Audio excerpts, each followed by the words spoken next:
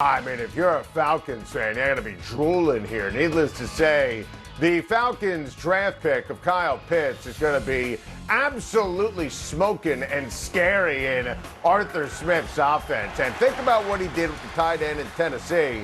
Now he's bringing in a freak, a guy who Daniel Jeremiah told me last week on my SiriusXM radio show, highest grade he's ever given to a tight end coming out of school. And Smith said today, look, this guy is incredible in terms of hands, route running. He's also an amazing blocker. He's also incredibly bright.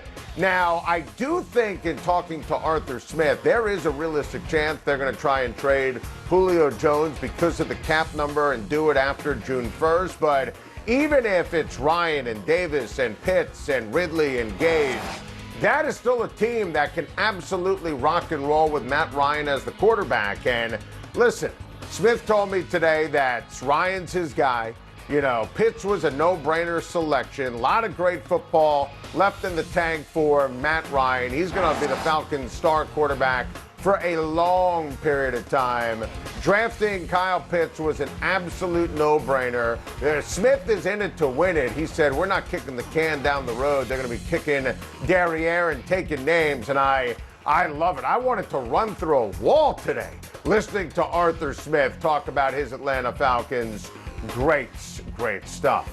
New Jaguars head coach Urban Meyer joined our good friends on We Need to Talk last night right here on CBS Sports Network to talk about what he loves about new first-round pick Travis Etienne. Carolina Panthers GM Scott Fitterer was absolutely incredible, joining me on my SiriusXM radio show earlier today. And needless to say, Sam Darnold is absolutely going to take the next step in Carolina. And Fitterer, I love what he said. You know, best running back in the NFL, had a great offensive mind coaching him and Joe Brady and big-time weapons. And listen, I also think it goes noted that he told me that he had Darnold rated ahead of the quarterbacks in the 2021 draft class, and he loved them coming out of USC.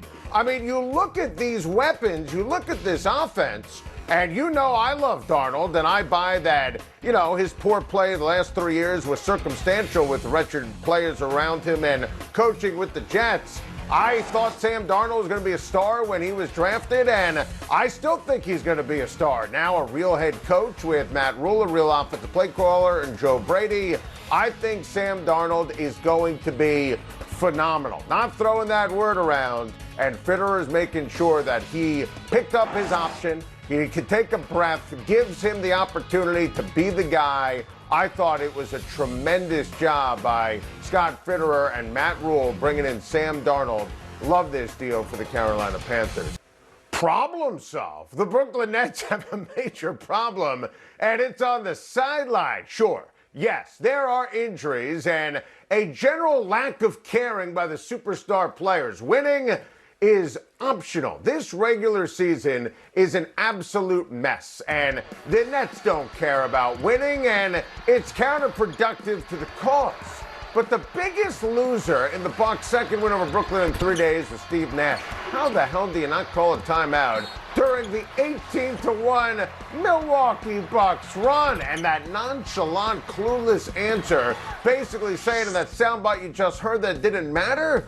I mean, that's totally unacceptable. The Bucks were up big. Brooklyn came back. Milwaukee got hot, and Nash did nothing. It was wild. The Nets just simply can't stop Giannis. It was evident last night. It was evident on Sunday. Sure, the return of James Harden will give the Nets more firepower, but they can't play a lick of defense. Giannis and Chris Middleton, a team committed to defense. It makes the Bucks the team to beat in the East. If the Nets get the 2 seed and have to face the Milwaukee Bucks in the second round, they are cooked. The sheer indifference when it comes to winning and the coach not having any idea what the hell is going on, these are significant problems. That, of course, assuming the Nets even care.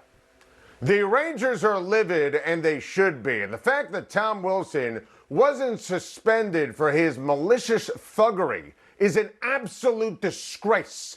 The Rangers yesterday issued the press release that all other press releases will be compared to. They called for the head of the safety and dean of discipline. They called for him to be fired. Let me tell you something. George Paros, he should be out of a job. I love that line. Unfit to continue in his current role. They are right. Enough is enough.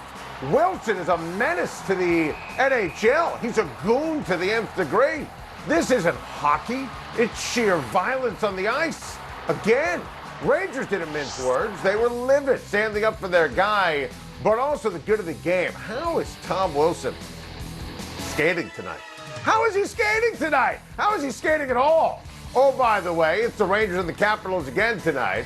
Oh, by the way, the Rangers stunningly fired their GM and beloved team president today. Was ownership not on board with this awesome statement? It's a Jim Dolan team, so anything is possible.